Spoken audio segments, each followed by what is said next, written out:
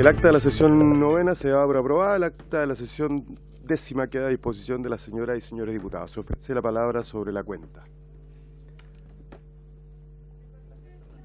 Yo no, se sienta solo ahí. Ofrezco la palabra sobre varios. Bien.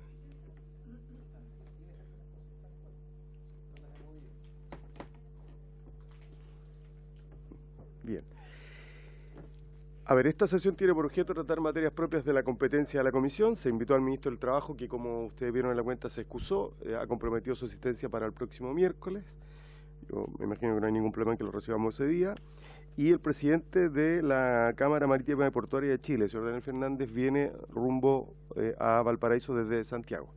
Entonces, antes, si les parece, les quería proponer lo siguiente. Esta comisión termina su trabajo en septiembre 5. Entonces, si le parece, a partir de la siguiente sesión invitaríamos a, creo que a todos los que faltan, para escucharlos a todos. ¿Ah? ¿Cuántos son los que faltan? 6 o 7 personas, los vamos a invitar a todos. Pero ¿sabes lo que pasa? Es que invitamos y no empiezan a no venir. Porque lo que yo quisiera hacer después de esa sesión es que venga el comité técnico, que estaba funcionando regularmente, salvo el lunes pasado, debo decir regularmente, no con presencia, asistencia de todos. Ha estado permanentemente Andrés Pascal, que lo coordina, ha estado permanentemente Sergio Núñez, ha estado Iván Buscovich, salvo usted, y el Ministerio de Transporte, que ha designado a 3 personas. Y la idea es que ellos nos vayan proponiendo conclusiones por capítulos, para que las evaluemos acá, y si estamos de acuerdo, ticket, ticket y al informe, sí, pero sí, ticket y al informe, o si no, debatimos, les damos a ellos orientaciones para que vayan construyendo una cierta... ¿El ministro del Trabajo lo vamos a invitar nuevamente? Sí, el próximo miércoles. Entonces, yo le pediría, claro, entonces vamos a tratar de hacer un esfuerzo la próxima semana de escucharlos a todos los que faltan, y a los que no vengan, ya no vinieron nomás. ¿Les parece? Porque estamos con goteos de invitados. Por ejemplo, ahora vamos a tener que suspender hasta que llegue el... Bien, así se acuerda. ¿Quiénes son los que Faltan. ¿Quiénes son los que faltan? No tengo el listado que van a presidente, pero son distintos expertos que los mismos diputados y las asociaciones de trabajadores hicieron. Y falta la asociación de municipio portuario. Sí. Los que no presentan los alcaldes, que quizás también era una propuesta que había de exactamente de invitarlos. O sea, yo diputado Trizón. En la invitación quizás sería bueno señalarle que esta es la última oportunidad que se tiene para poder exponer sus puntos, y ahí se subentiende que si no vienen no hay opción.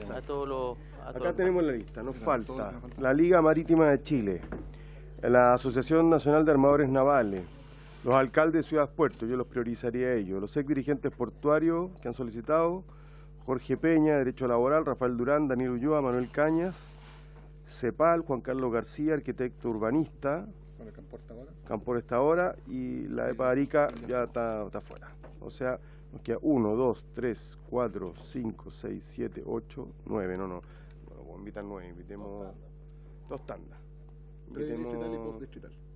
Invitemos 5. Ya.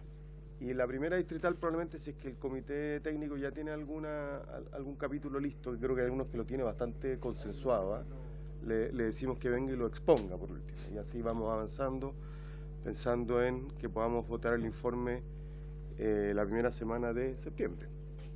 Exacto. ¿Les parece? Bien. Tome la cuenta. Así se acuerda. Entonces invitamos a unos 5 para la próxima semana. Perfecto, junto con el ministro del Trabajo. Exactamente. No, 5 total. Perfecto. Ministro más 4. Es que no. Aunque los que tocan ahora son expertos, son realmente los que quieren venir. Sí. Si no hemos tenido más problemas con los institucionales. Que nadie propuso uno. ¿A quién propusiste? Sí, pero ¿a qué operador?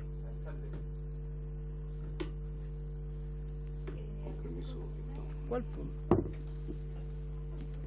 Puerto Central. Hagamos una intención. ¿Cuál le parece? Sí, por eso. Sí, por favor, diputada. Prenda su micrófono para que quede en acta. Los operadores de Santiago, de Valparaíso y San Antonio y como no es obligación, y el que quiera venir a contar la experiencia del rol que juegan los operadores, porque ellos también tienen mucho que aportar. Bien. Si vienen bien, si no... Bien. No para la próxima, sino que para la posterior a la distrital. Ok. ¿Se acuerda? Así se acuerda. Y ahora vamos a entrar en un breve receso hasta que llegue don...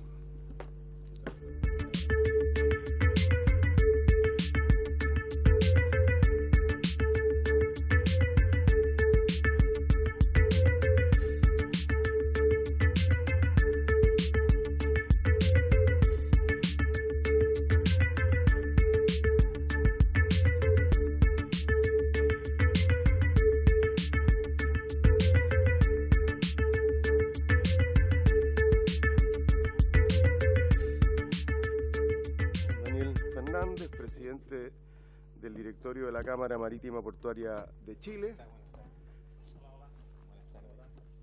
acompañado por José Fernando Aguirre, gerente general.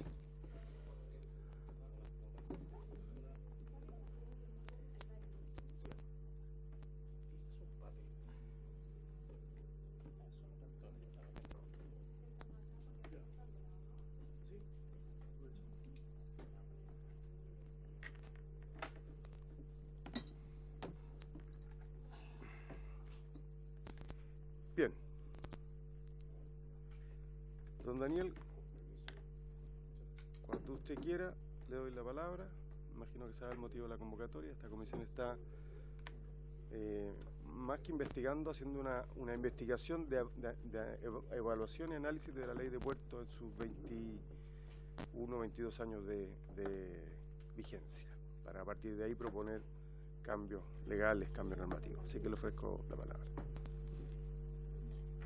Muchas gracias, presidente, señor diputado, por esta invitación que nos permite contar un poco lo que hacemos y cómo vemos el análisis, el aporte que podemos hacer, el análisis que ustedes están haciendo. Primero le digo que hemos estado 6 meses. Mi excusa si nos atrasamos. No se preocupe, micrófono, por favor. No, el botón de abajo es el micrófono.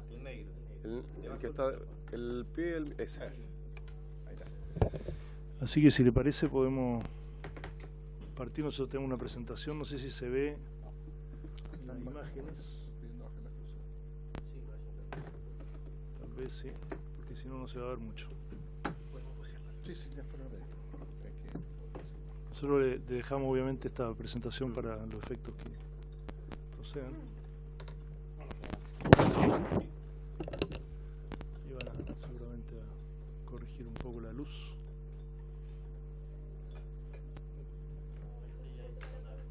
Ahí se ve, ya. Bueno, primero el temario que nosotros queríamos plantearles en función de lo que hemos visto está en sus intereses y hemos además revisado y tomado conocimiento de todas las presentaciones anteriores, así que estamos entendiendo el contexto.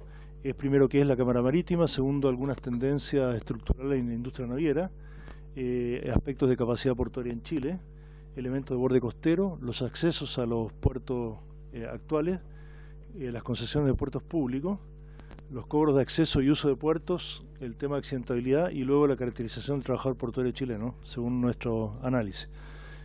No se asusten del largo del temario porque son 2 o 3 láminas por cada uno.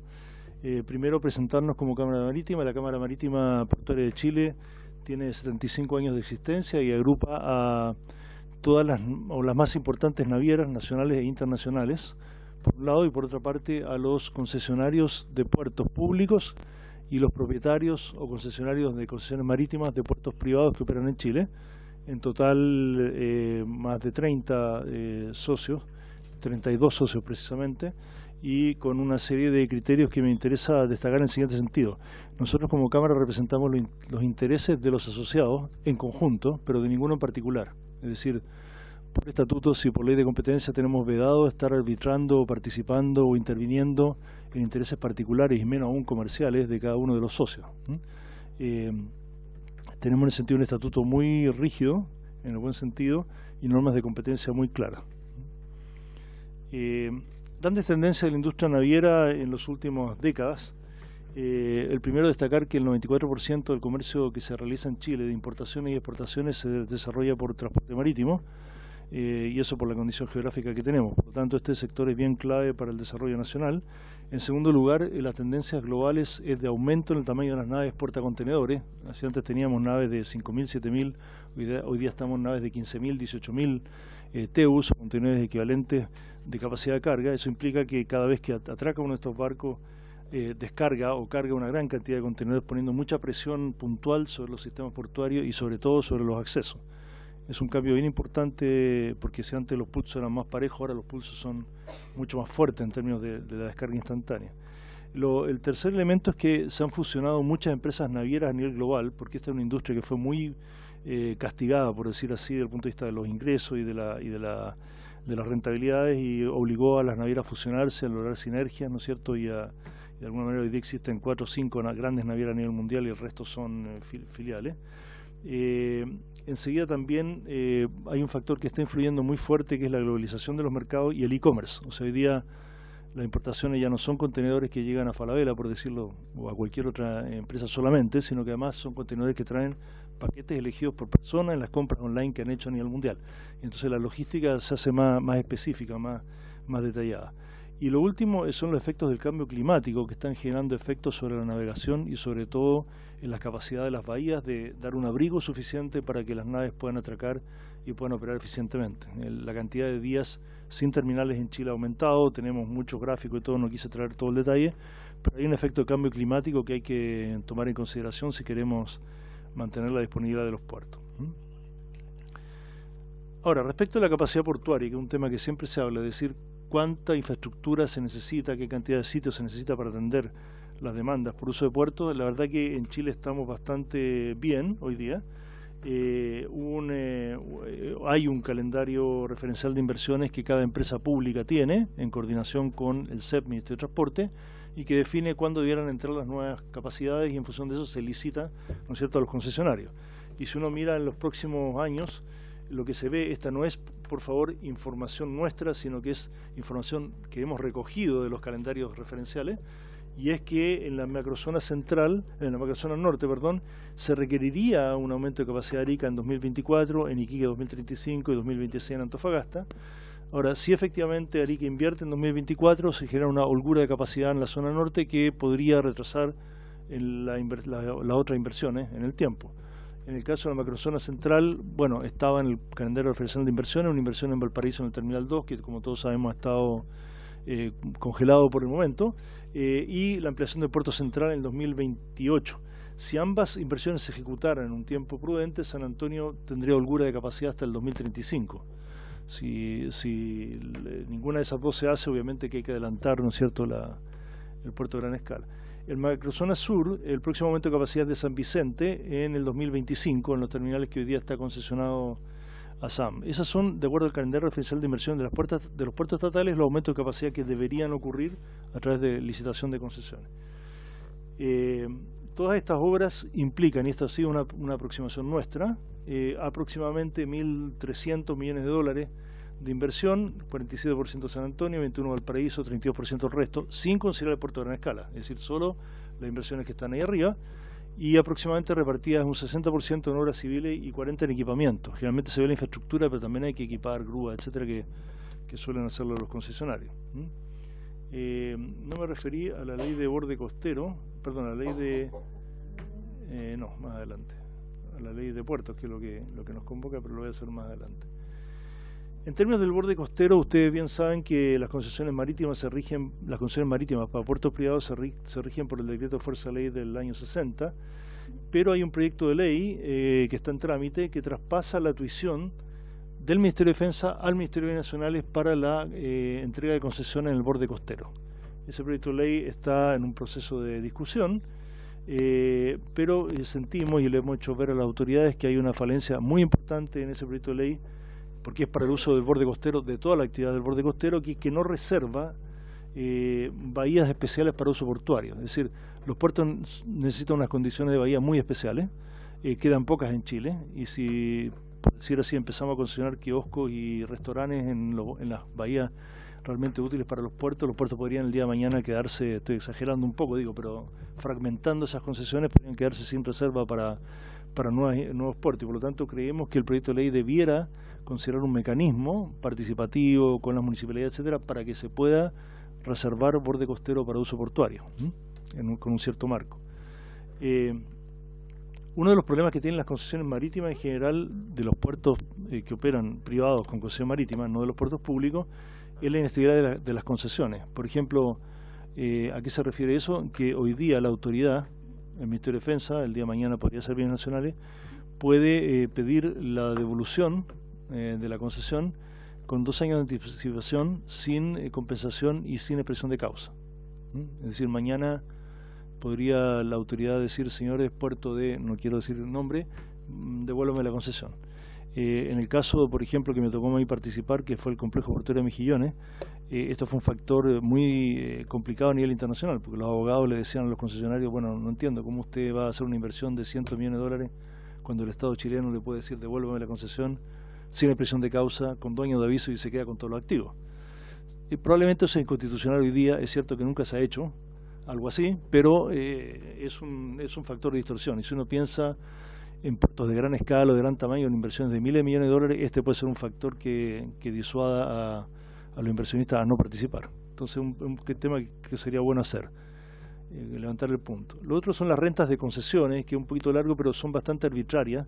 La Subsecretaría de Fuerzas Armadas tiene hoy día un registro muy amplio de posibilidad de fijar valores, incluso cambiarlos en el tiempo, lo que hace también inestable el cálculo del flujo de ingresos de los concesionarios.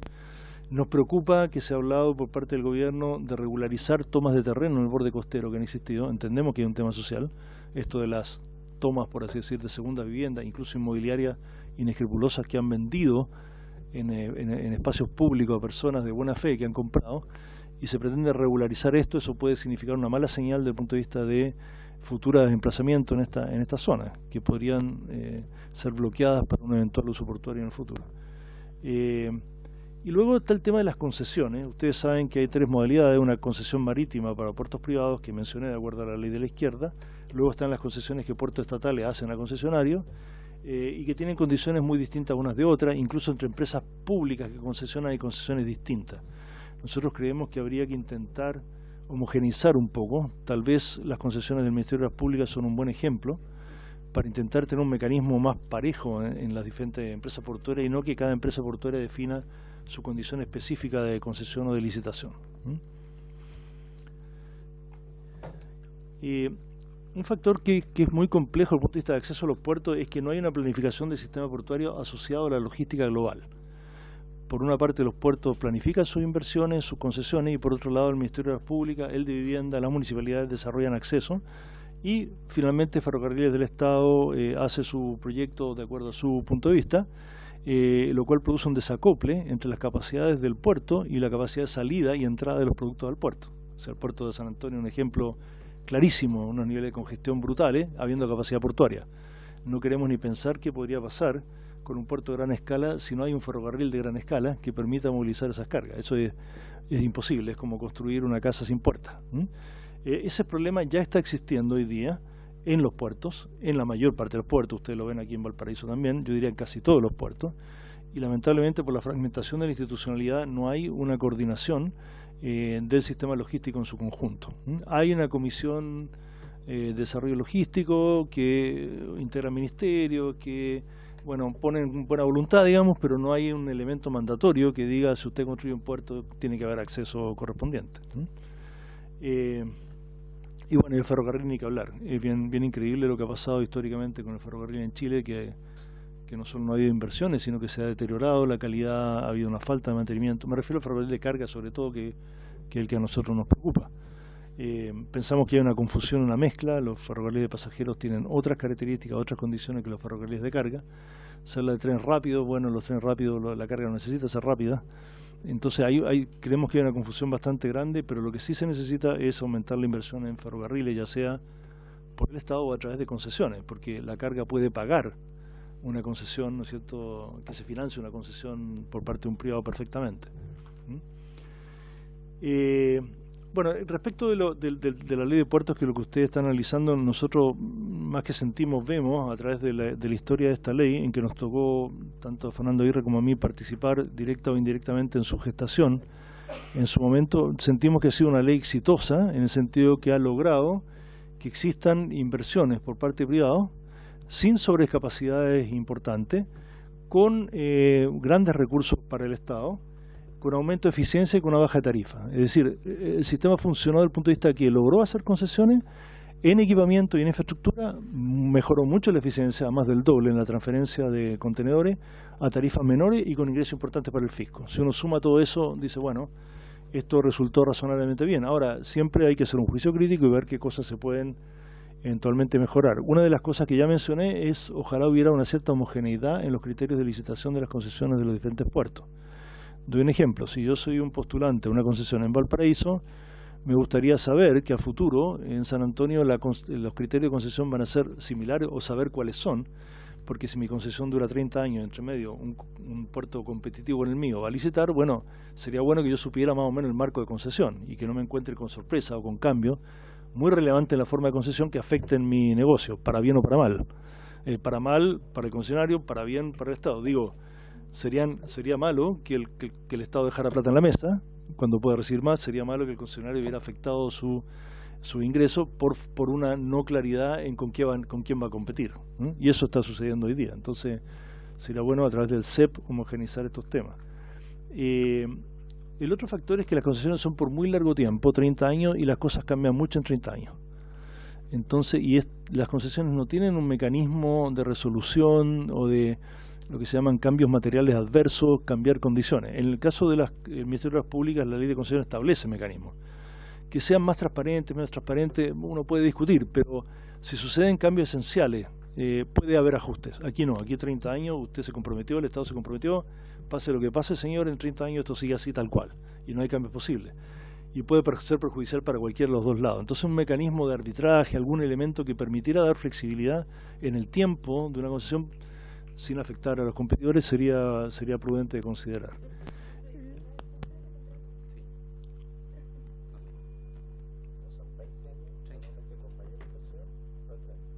Claro, hay una... Claro, son 20 años y se fija cuando se firma el contrato. Sí. Claro, puede haber una extensión del plazo a cambio de una inversión que se hace y el puerto puede decir acepto o no lo acepto. Pero claro, pero por ejemplo, si el año 12 ocurre un hecho esencial, no sé, un cambio climático que impide el uso del puerto durante un 20% del tiempo, no tengo, es decir, cambio realmente que afecte en la condición, no hay nada que hacer. Así sea que se perjudique un concesionario o que se beneficie, así son las reglas. Entonces, es un poco rígido en un mundo tan cambiante. Pensamos nosotros. Entonces habría que revisar, creemos eso. Tenemos alguna idea, pero bueno, eso en materia ya.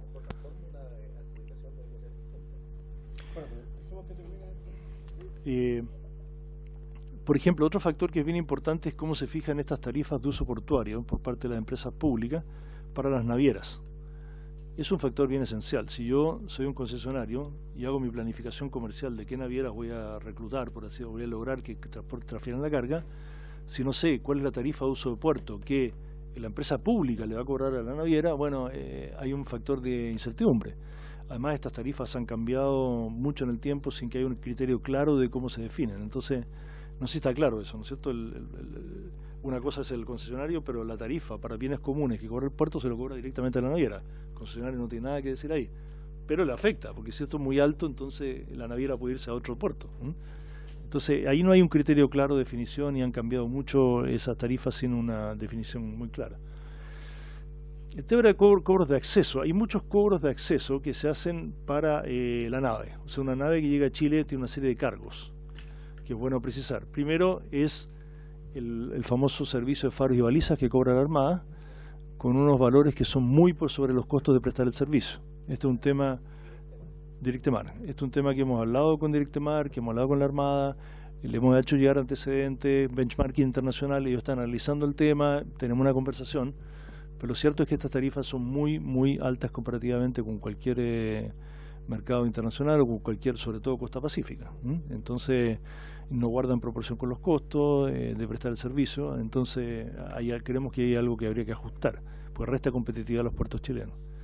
El segundo es, ya lo mencioné, la tarifa de uso portuario, la tasa de uso portuario, que es el cobro por el uso de bienes comunes, que no tiene un criterio único conocido.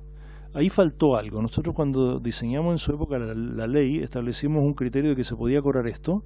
Hubo un estudio técnico que hizo INECON en su momento, que fijó criterio y parámetro, pero nunca hubo un reglamento de esa ley que dijera, mire, la tarifa de uso portuario se va a calcular más o menos con este criterio. No lo hubo. Y por lo tanto, hoy día la fijación de ese valor, no quiero decir que es arbitrario y discrecional, pero que no tiene un criterio conocido, ni homogéneo, ni común, lo que genera cierto factor de incertidumbre. Hay casos donde ha aumentado 8 o 10 veces una tarifa de uso portuario, por ejemplo, con los cruceros. Entonces uno dice, bueno, ¿cuál es el fundamento de la nueva o cuál es el fundamento de la antigua? Pero no puede cambiar 8 o 10 veces una tarifa de un día para otro, ¿no? Hay algo que no está claro en los criterios. Luego está la tarifa de servicio de practicaje o pilotaje que fija la Armada de Chile a los prácticos y pilotos que tienen prácticos pilotos en los canales del sur, prácticos, ¿no es cierto?, en el resto de Chile, y que cobran y que ellos hacen una lista generalmente de ex marinos, ¿no es cierto?, que prestan el servicio. Está el servicio de transbordadores que las naves necesitan, y eso sí actúan operadores privados. Y luego están las tarifas directas a la nave y a la carga. Es decir, y aquí es donde los últimos 2 puntos entran los concesionarios que son socios de nuestra Cámara, que dicen, bueno, y que están de alguna manera regulados por la concesión. En los puertos privados de uso público los fijan autónomamente ellos y compiten en el mercado, y en los puertos estatales, donde ellos son concesionarios, queda fijado en el contrato de concesión como parte de las variables de la licitación, con una indexación. Los servicios de transbordadores, es el servicio remolcadores, ¿no? Transbordadores, sí, remolcadores. Transbordadores, sí, está mal. Sí, está equivocado. Muy bien, muchas gracias, diputado, vamos a corregir. Nosotros transbordadores.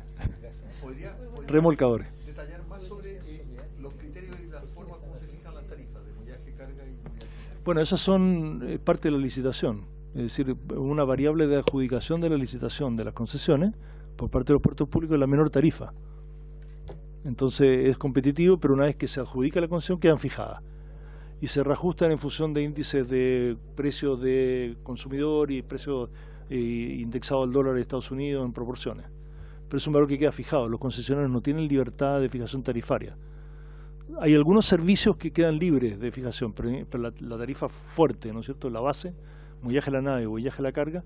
Mullaje a la nave es cobro por metro de nave atracado, ¿no es cierto?, mullaje a la carga es por tonelada. Pero eso queda fijado. Y los puertos privados de uso público tienen cierta libertad de fijar su tarifa y compiten con el resto de los puertos. Eso. Voy a entrar a factores más operativos, y este que está acá, que es la tasa de accidentabilidad del sector portuario chileno. Aquí los socios están haciendo un esfuerzo muy fuerte por reducir los índices de accidentabilidad, y vemos que ha habido un avance significativo en eso, pero obviamente nunca es suficiente, siempre hay que reducir, ojalá, a 0 accidentes. Un buen ejemplo es la minería, que ha logrado bajar muy fuerte las tasas de accidentabilidad.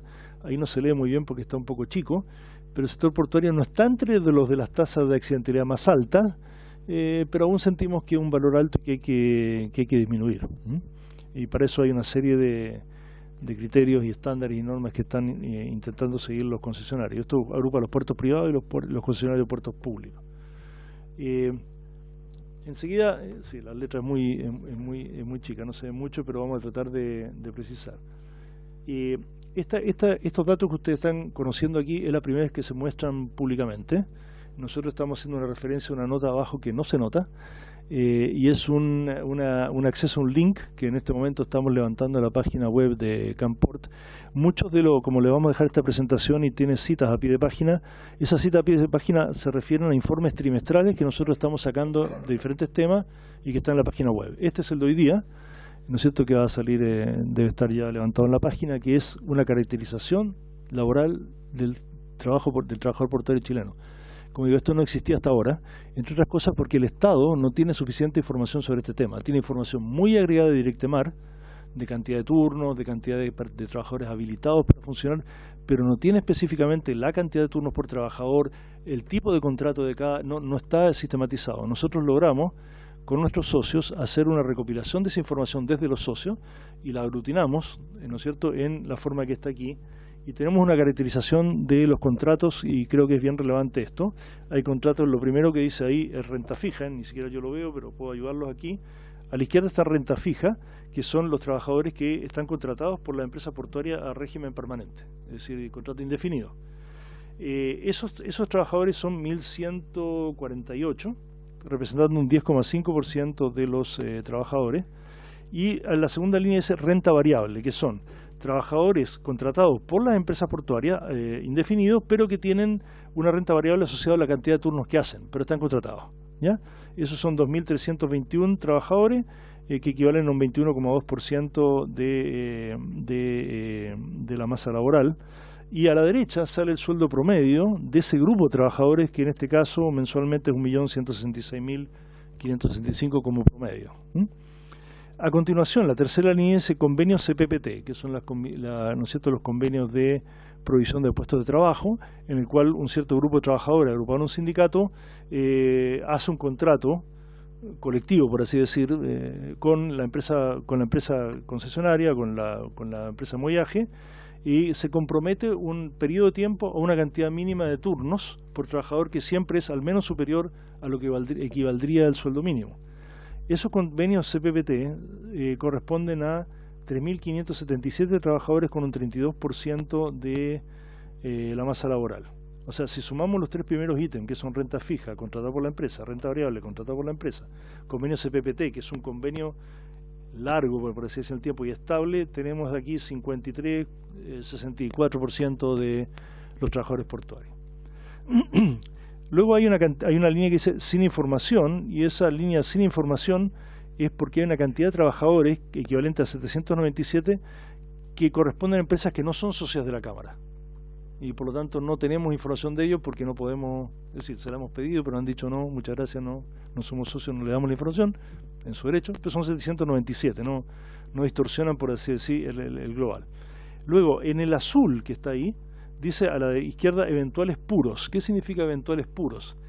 Que no tienen contrato de trabajo permanente con la empresa y que tampoco están en estos convenios CPPT, sino que son personas que están disponibles a ser contratadas y que entonces la empresa lo llama para hacer turnos.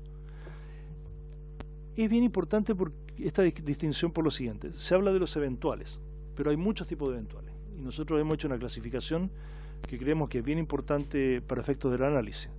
Hemos diferenciado en 4 tipos, que voy a pasar a explicar aquí, después vuelvo atrás, que son ocasionales, estacionales, esporádicos y regulares. ¿Qué significa eso? Los trabajadores ocasionales son trabajadores que realizan entre 1 y 24 turnos al año. ¿Ya? Uno diría, pero ¿cómo? ¿Un turno al año? Sí, hay personas que hacen un turno al año. Tienen una tarjeta habilitada, a veces son llamados y no asisten, otras veces sí. Hasta 24 turnos al año son 2 turnos por mes. Bueno, evidentemente estas personas no viven del trabajo portuario, sino que tienen el trabajo portuario un complemento, un suple, no sé cómo llamarle, ¿no es cierto?, a un ingreso de algún tipo, que no conocemos en detalle, porque tampoco tenemos una radiografía de cada RUT de qué es lo que hace en su vida, pero evidentemente estos trabajadores que llamamos ocasionales voluntariamente hacen una cantidad de turnos como un suplemento a algún otro tipo de actividad. Luego están los trabajadores estacionales. ¿Cuáles son los trabajadores estacionales? Primero, ¿por qué existe la eventualidad? La eventualidad existe porque las naves no tienen un flujo continuo de llegada en ningún puerto, en ninguna parte del mundo, sino que tienen llegadas y luego vacíos, y luego llegadas y luego vacíos. Eso a veces ocurre en los días de una semana y a veces ocurre estacionalmente. ¿Qué significa estacionalmente? La fruta. Ocurre durante 3 o 4 meses con una intensidad mayor y el resto del año no. Entonces no tiene sentido tener contratados trabajadores todo el año para 3 meses del año, ni tampoco tiene sentido que esos trabajadores no trabajen en otras cosas el resto de los 9 meses del año, cuando podrían desarrollar actividades económicas. Entonces, ¿qué son los estacionales? Son los que, si bien realizan entre 25 y 96 turnos al año, están concentrados en 3 o 4 meses del año. Nosotros logramos identificar un grupo de trabajadores que están concentrados en 3 a 4 meses del año y que realizan en promedio esa cantidad de turnos. Y que en términos de cantidad de la lámina anterior, en los ocasionales muy esporádicos son 623 y los estacionales son 197 personas. ¿Ya? Creo que con esto puedo marcar ahí. Estos son 623, lo que llamamos ocasionales, que hacen un turno un poco cuando pueden, cuando quieren, cuando es posible, y los estacionales son 197 en total. ¿Ya? Luego están los esporádicos, que le llamamos, que son los que hacen trabajo a lo largo de todo el año, pero no hacen muchos turnos. Es decir, hacen entre 25 y 96 turnos al año, como los estacionales, pero no concentrados en 3-4 meses, sino que a lo largo del año, ¿ya? Esas personas, en promedio, reciben un ingreso que es como 2/3 del sueldo mínimo, en promedio, ¿ya? Que son los que están aquí, que equivalen a 472 trabajadores con un sueldo promedio de 202.500 pesos, ¿ya? Ahora, ¿por qué hacen entre 25 y 96 turnos? No lo sabemos. O sea, no tenemos nivel de información de detalle para decir que no los hacen porque no los llaman, o no los hacen porque los rechazan, o no los hacen porque no estuvieron disponibles. No tenemos una información de detalle de por qué esa persona hace esa cantidad de turnos, a diferencia de los otros dos casos, donde sabemos que un poco el primero, si se puede usar el término con el permiso del diputado, es un poco un pituto. En el segundo es una concentración durante un periodo de tiempo. En este caso son esporádicos y no tenemos una claridad exacta de cómo se produce ese espaciamiento. Y finalmente están los regulares, que son de alguna manera estos eventuales puros, pero que tienen pega todo el año, en forma sistemática, porque tienen entre 97 y 264 turnos al año. O sea, una cantidad de trabajo muy significativa, y por lo tanto el promedio de turnos al mes se ubica entre 9 y 24 al mes. O sea, el 24 trabaja jornada completa, el 9 trabaja un cuarto jornada, por así decir, ¿ya? Y volviendo atrás, esta cifra que está acá es 433, son estos trabajadores como eventuales regulares, que hacen turnos todo el rato, por decir así, representando un 4% de los trabajadores. Entonces, dentro de los eventuales, que es todo este grupo que está acá, un 12% son ocasionales, un 2,5% son estacionales, un 9,8% hacen esporádico y un 4% son los regulares. El total de eventuales puros, por lo tanto, es 26-27% de los trabajadores. Esto lo digo porque la sensación que existe públicamente es que todo el sector laboral es eventual, puro. No es así. Una buena cantidad son contratados permanentemente, una buena cantidad tiene convenios de provisión de puestos de trabajo, y dentro de este porcentaje que yo dije eventuales se clasifican 4 grupos que son muy diferentes unos de otros. Y eso creo que es importante tenerlo claro, porque y además por los niveles de ingresos. Si ustedes se fijan, por ejemplo, los regulares reciben 649.000 pesos promedio mensuales. Ahora, otro elemento importante es que el tamaño promedio del hogar de los trabajadores portuarios es de 4,2 personas y trabajan en promedio 2,6 personas por hogar. Es decir, en buena parte de los trabajadores este no es el único ingreso familiar.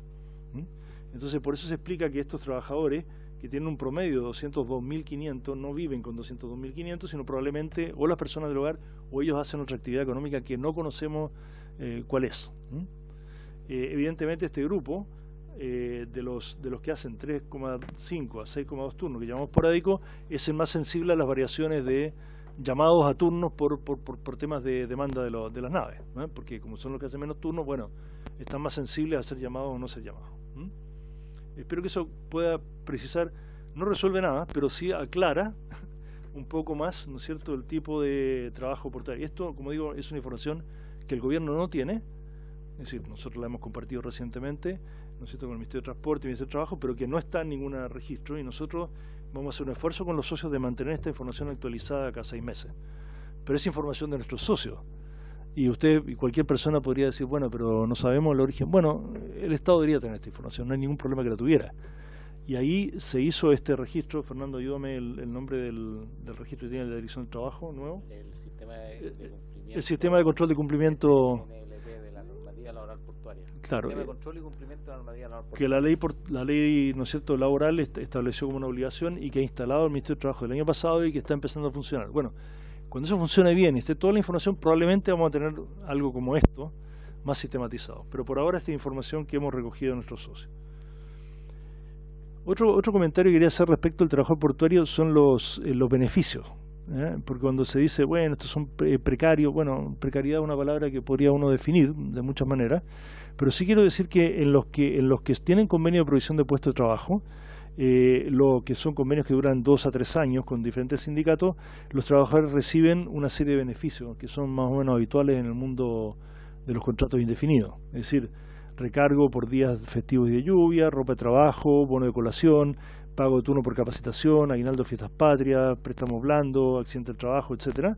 y esos son todos. Y además la mayoría tiene permiso de vacaciones, aporte de paseo fin de año, fiesta de Navidad, cuota. O sea, se ha ido de alguna manera instalando aquí beneficios en la negociación de los contratos por provisión de puestos de trabajo que son habituales en los contratos indefinidos de la mayor parte de los trabajadores de Chile.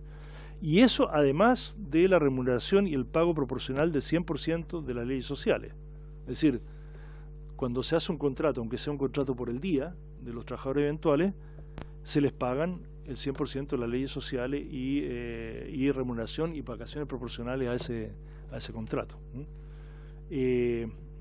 Eso me refería antes a los que tienen convenio de provisión de puestos de trabajo. Ahora me refiero a los eventuales puros llamados. El 100% de ellos tiene recargo de turnos, días festivos, bono de colación, seguros colectivos, paseo fin de año, es decir, elementos más o menos parecidos a los CPPT, y la mayoría de ellos además tiene todos esos elementos que están en cualquier contrato colectivo que uno busque en cualquier sector económico chileno. Acceso a préstamos médicos, fiesta de Navidad, etcétera. Por lo tanto, cuando uno define precariedad, tendría que referirse a qué es lo que está diciendo con precariedad. Si precariedad es falta de beneficio, no es. En este caso no lo es. Uno podría decir, bueno, precariedad es que no saben si el turno sí, está bien, pero no son los beneficios, ni las leyes sociales. Esas se cumplen, ¿no es cierto? Y se pagan y la Dirección de Trabajo lo controla. FONASA, etcétera. Aquí estoy cerca de terminar, presidente. Voy a citar un estudio de la Corfo del año 2017, que está en la biblioteca de Corfo, en que hizo una encuesta. Estos ya no son datos específicos, ni menos recogidos por los socios, sino que es una encuesta hecha a un grupo representativo de trabajadores portuarios por parte de la Corfo. Es un estudio en que nosotros colaboramos y participamos, porque además tenía que acceder al puerto, juntar a los trabajadores, hacer la encuesta, una consultora privada que trabajó para Corfo para esto. Es interesante esto, que es el perfil educacional de los trabajadores portuarios.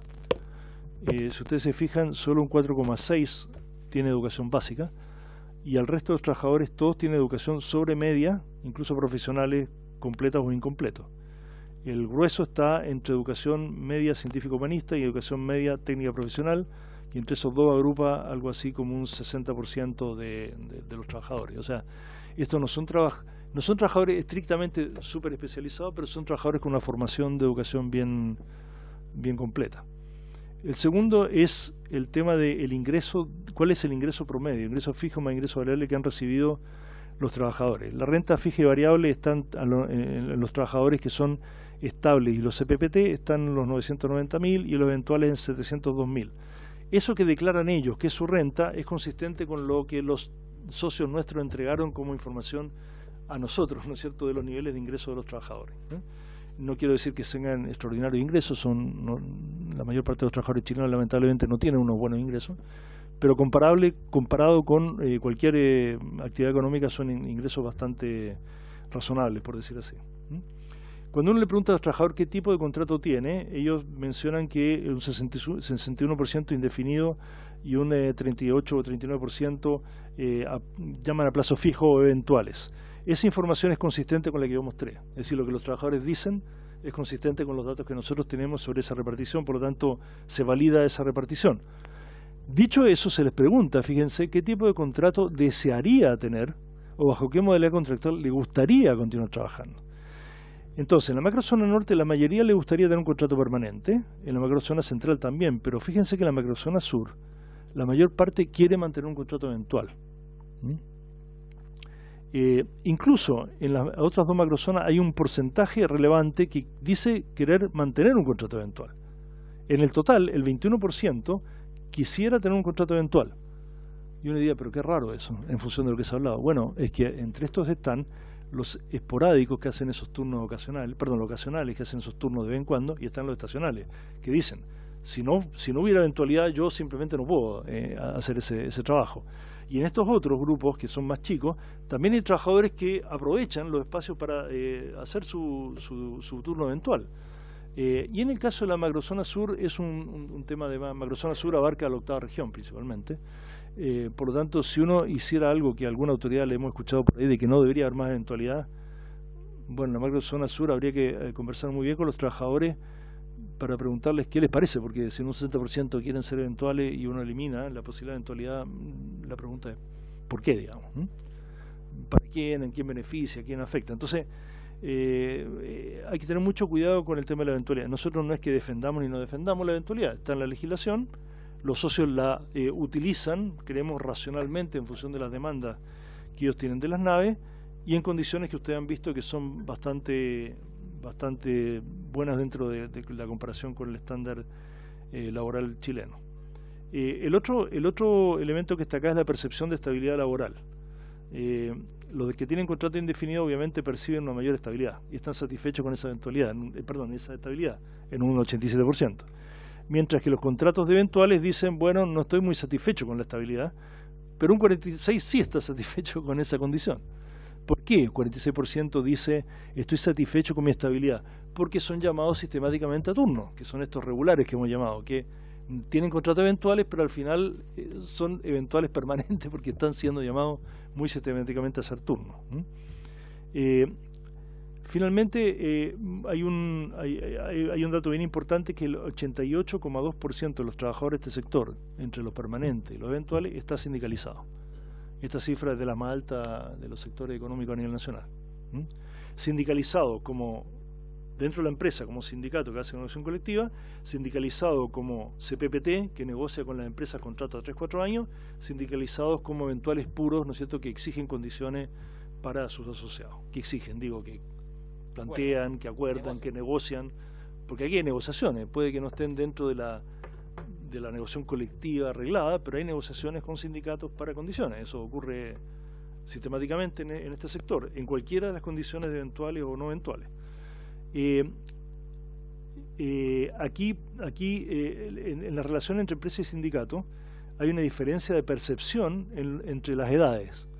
Por ejemplo, entre los trabajadores 52 a 67 años, ellos están muy de acuerdo en la forma que se desarrolla la relación entre empresa y sindicato, mientras que en los más jóvenes eso no parece ser tan así. Hay un grupo indiferente, un grupo muy en desacuerdo y otro en acuerdo. ¿Por qué? No sabemos bien, porque la encuesta no preguntó por qué, pero los trabajadores más antiguos, por así decir, más históricos, encuentran que la relación entre empresa y sindicato es buena o está bien establecida. Los efectos sobre paralizaciones y huelgas ocurre algo parecido, es decir, sienten que las paralizaciones y huelgas tienen consecuencias en la continuidad, en la imagen, en los ingresos, aquellos trabajadores de más tradición o mayores, y los más jóvenes sienten que afecta menos al sector. Me parece que esta es la última, sí, esta es la última lámina, es la preocupación de la empresa por la salud y seguridad. Cuando hago esta muestra, estas muestras contemplan a todos los trabajadores, son muestras representativas que agrupan eventuales, no eventuales, etc.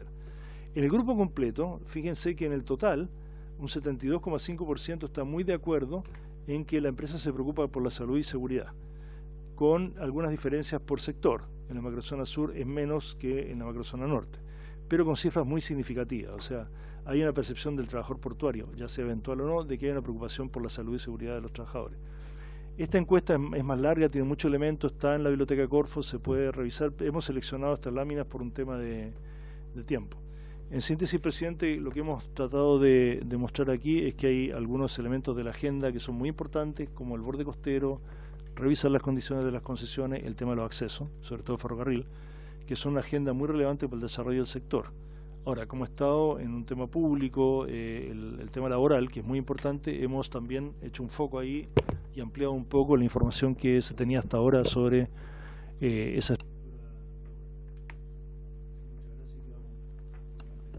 Muy bien, muchas gracias, don Daniel, gracias por la exposición. Le ofrezco la palabra a los diputados y diputadas presentes. Diputado Urrutia. Bueno, saludar y agradecer a los representantes de la Compart que hoy día nos acompañan con esta presentación. Y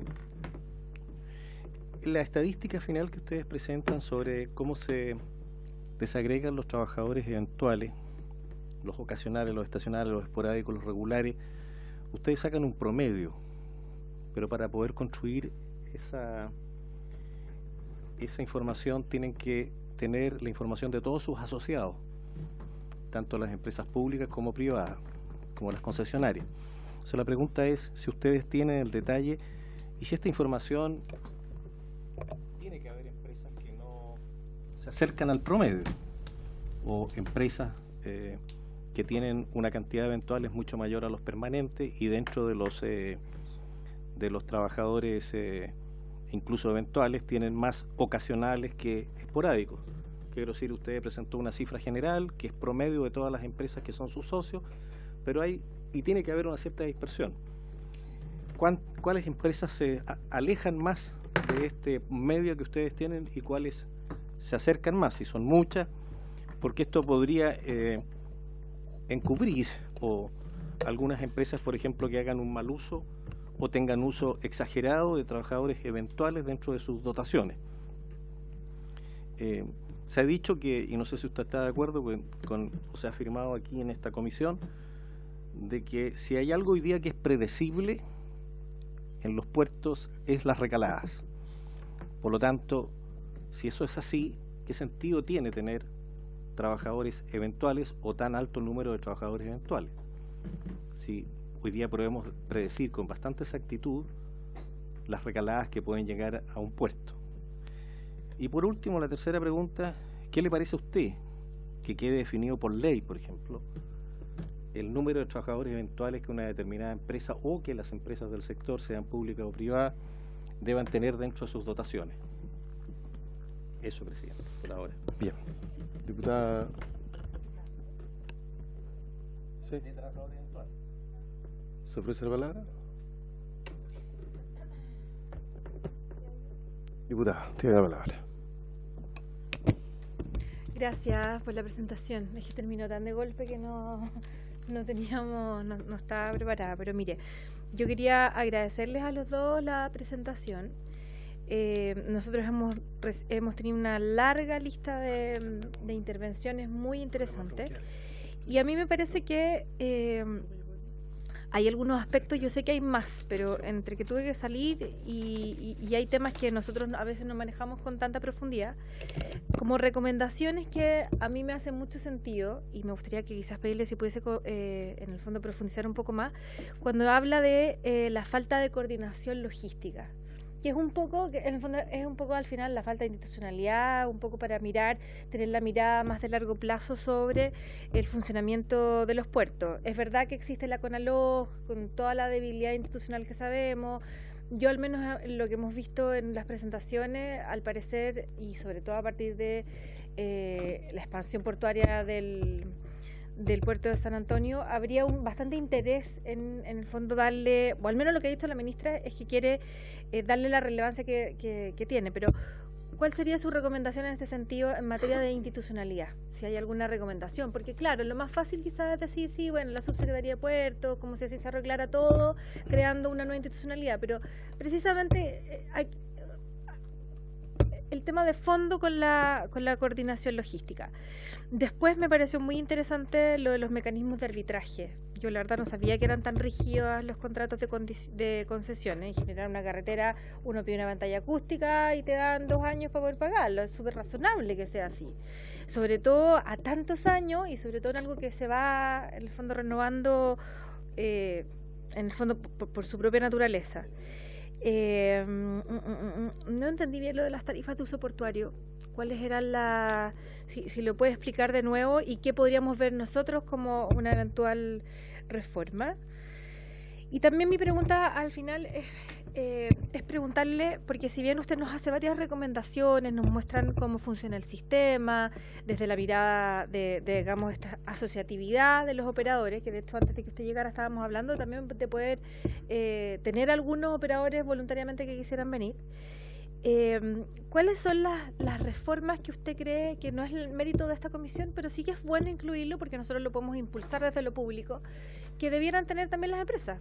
Porque cuando, por ejemplo, ya el diputado Urrutia le plantea el tema de los eventuales y la necesidad, de acuerdo a hoy día la capacidad que tenemos de saber cuántos llegan, es razonable. Ahora yo también, como creo en la libertad, y esos son contratos entre personas, entre privados, o sea, en el fondo mi pregunta es, ¿en qué las empresas pueden aportar en materia regulatoria? qué es lo que nosotros no estamos siendo capaces de ver, porque hoy día estamos atrasados en esta materia, eso es evidente. Directman nos decía que no tenía las facultades para fiscalizar, pero tampoco me interesaría crear una institucionalidad que termine siendo una mochila para, en el fondo, el 94% del comercio exterior. Entonces, desde la mirada de las empresas, más allá de la institucionalidad pública que nosotros esperamos sacar las conclusiones en esta comisión, es en qué estaría en deuda desde su punto de vista o cómo están avanzando ustedes, porque al final las empresas en eso son bastante cómodas de acomodarse,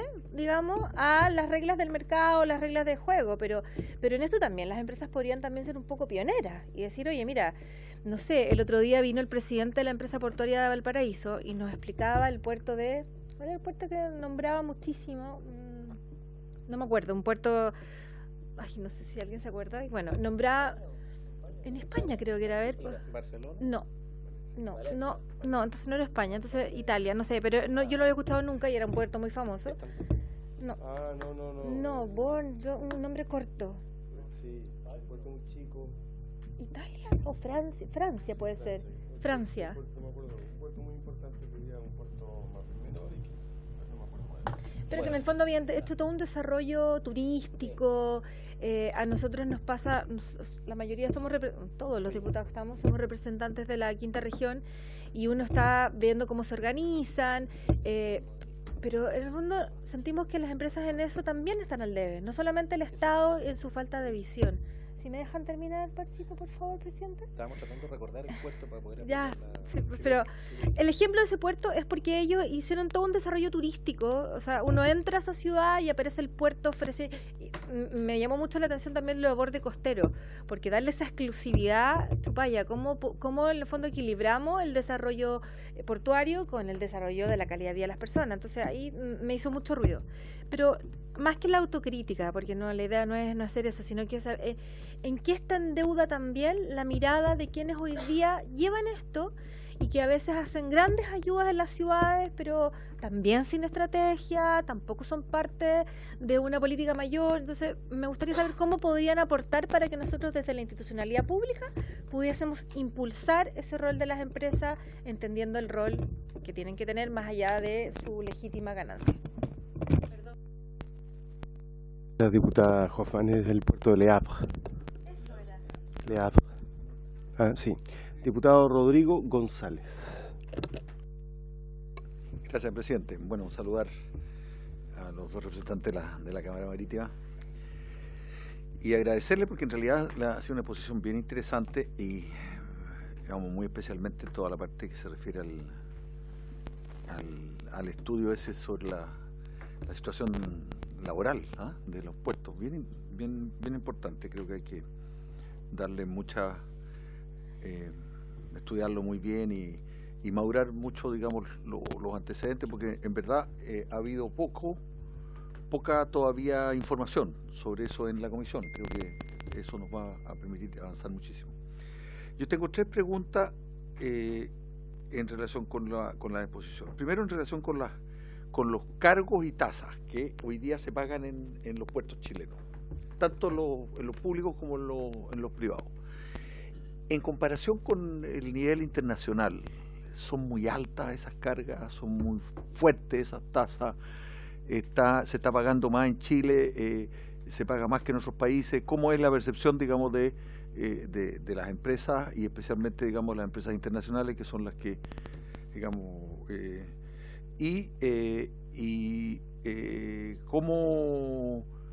cómo sienten esas empresas que pueden colaborar y contribuir con, digamos, los puertos y las ciudades, digamos, en las cuales ellos participan?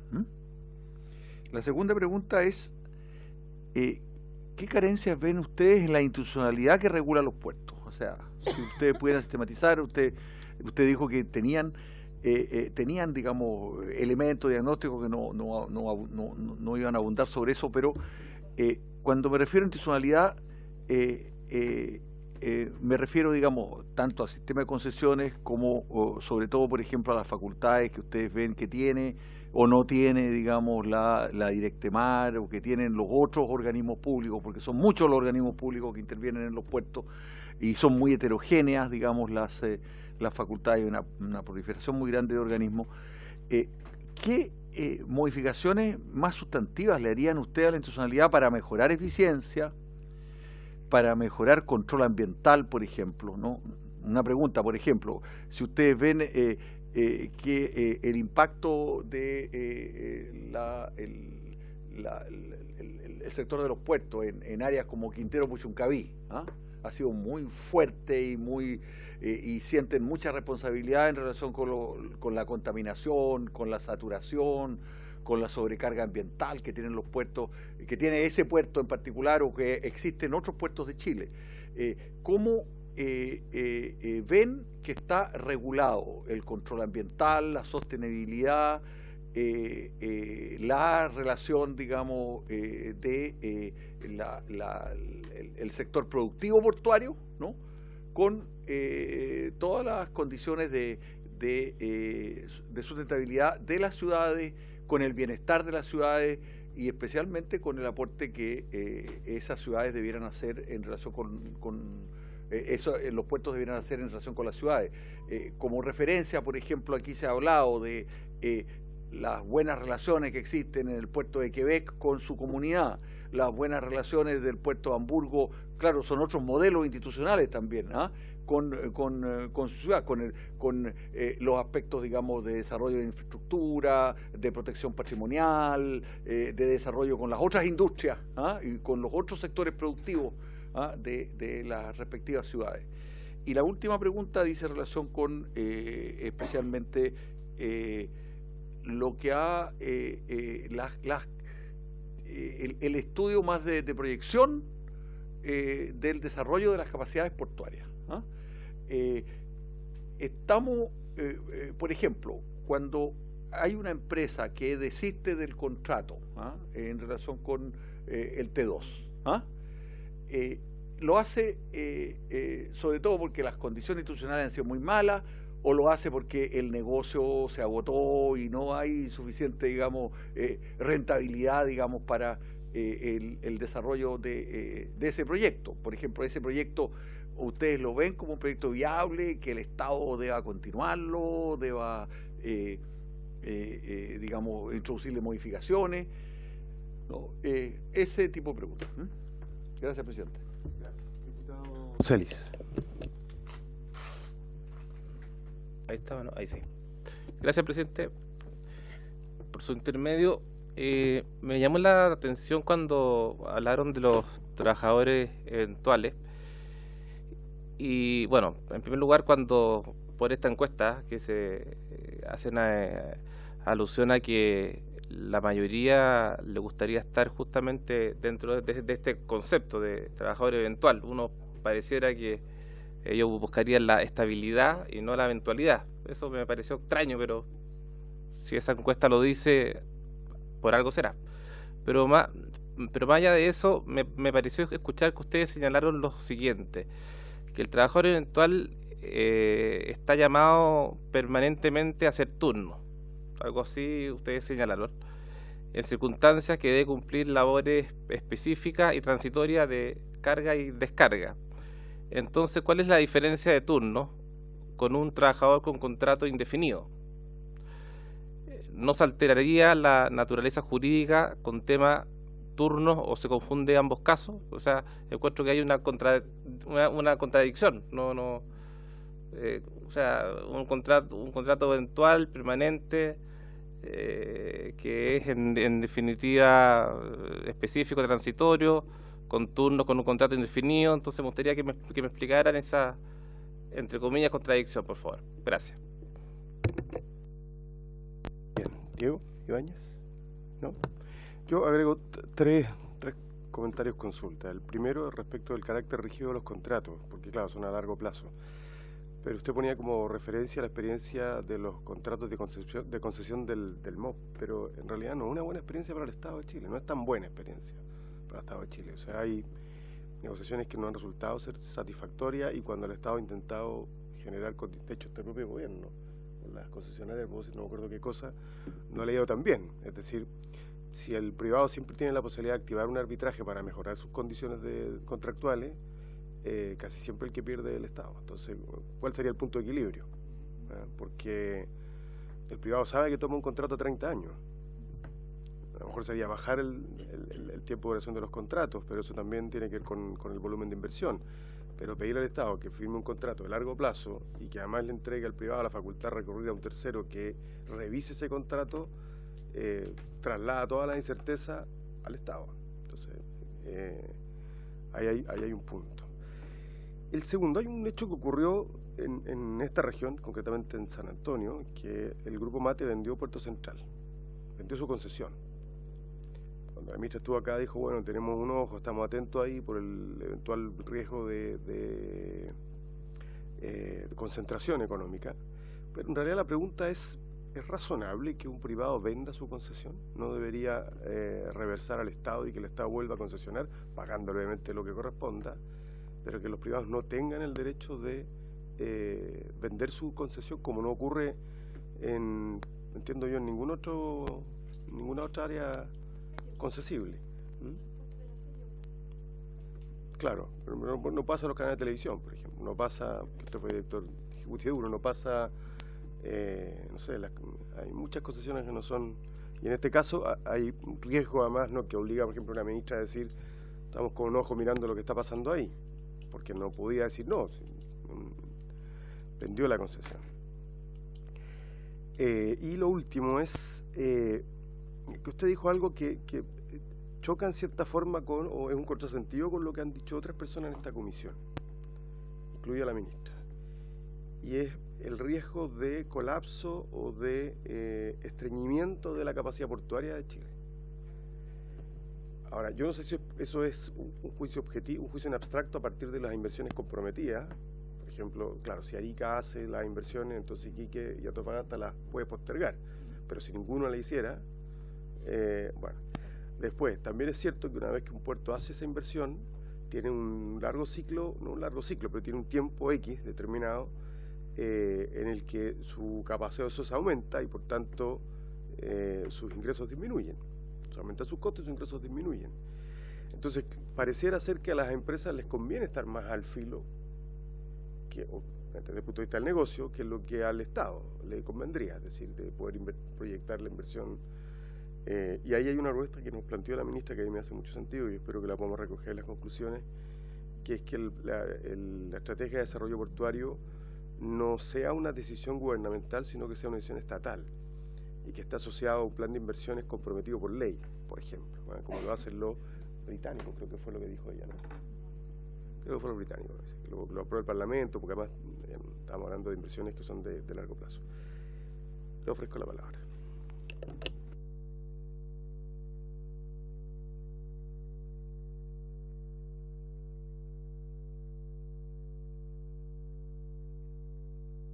Gracias, presidente. Gracias a los señoras y señores diputados por las preguntas que nos permiten aclarar varias cosas. Voy a ir en orden de más que los temas de los diputados, porque así los tengo anotados. Entonces, claro. Diputado González, ¿sí? ¿No?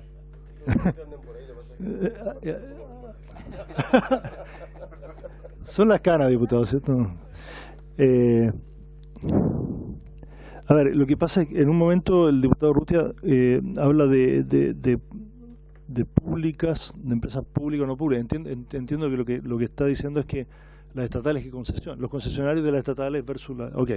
O sea, entonces, dice yo diría, diputado, que más que cuáles empresas tienen unas prácticas distintas respecto a la eventualidad, es cuáles puertos, porque las empresas concesionarias tienen una empresa de muellaje, ¿no es cierto? En general los grupos que tienen las concesiones tienen un concesionario que opera la concesión, que invirtió en infraestructura, etcétera, y luego tienen una especie de afiliadas que son empresas de muellaje, ¿no? Como con el caso de SAAM, el caso de Ultramar, Ultraport, todas las empresas tienen esa figura. Entonces yo diría que el comportamiento tiene más que ver con el puerto que con la empresa. ¿En qué sentido? Por ejemplo, una misma empresa de muellaje en Arica que en Coquimbo no podría tener el mismo comportamiento, porque Coquimbo tiene mucho más estacionalidad, ¿ya? Empresas de muellaje que atienden mineras, por ejemplo, bueno, las mineras de repente llega una nave y pasan 2 2 semanas y no llega ninguna otra nave. Entonces no podrían tener un... Ahora, esa misma empresa de muellaje en San Antonio tiene un régimen de contratación de eventualidad mucho más parejo. ¿Me entiendes? Entonces, no somos capaces de discriminar en los datos que nosotros recibimos un comportamiento muy diferenciado por empresa, aunque sí por puerto, y transversal a la empresa. Ahora, si usted... terminales portuarios dentro del mismo puerto, sí, efectivamente, hay políticas distintas.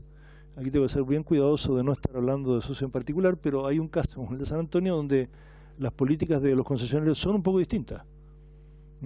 A mí me tocó ser parte del directorio de Puerto Central cuando existió el conflicto laboral anterior, y una decisión que tomó el directorio fue impulsar a la administración a que hiciera un contrato permanente.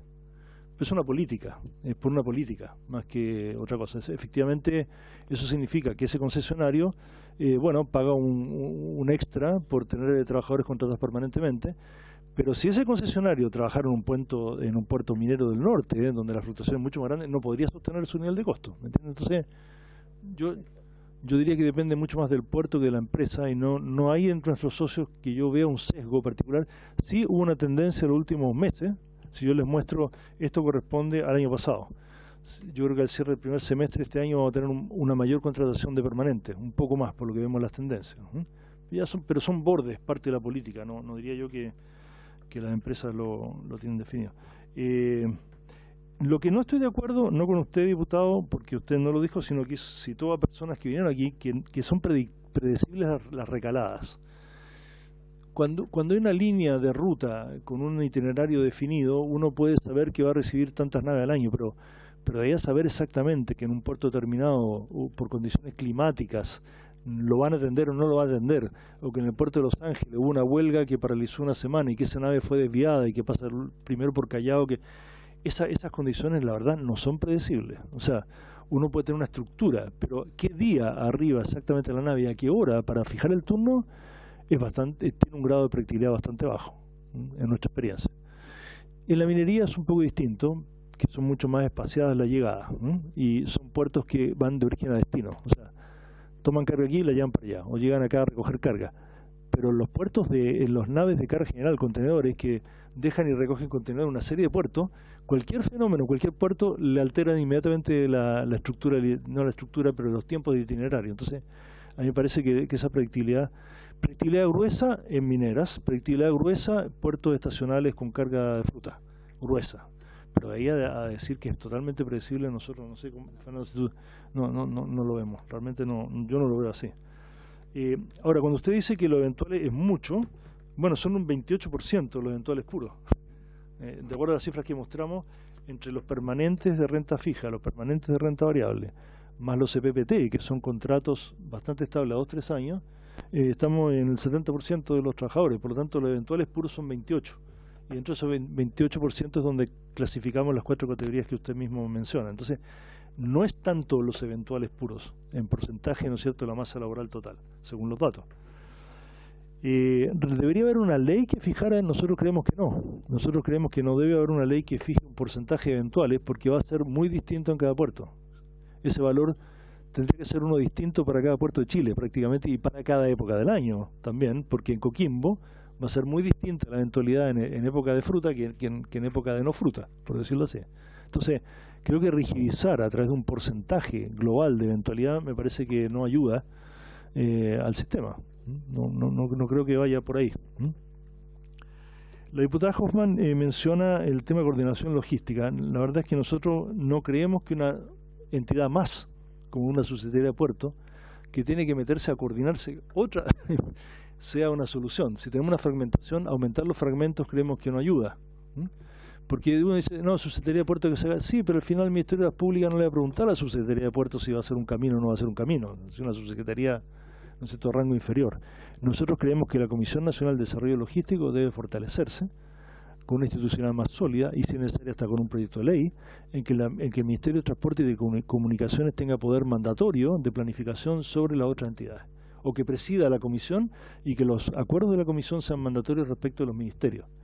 Porque si la ministra, con todo el respeto profesional, el cariño que le tenemos y lo que la conocemos, hace una planificación que después el Ministerio de Obras Públicas y de Vivienda no desarrollan, bueno, ¿de qué sirve?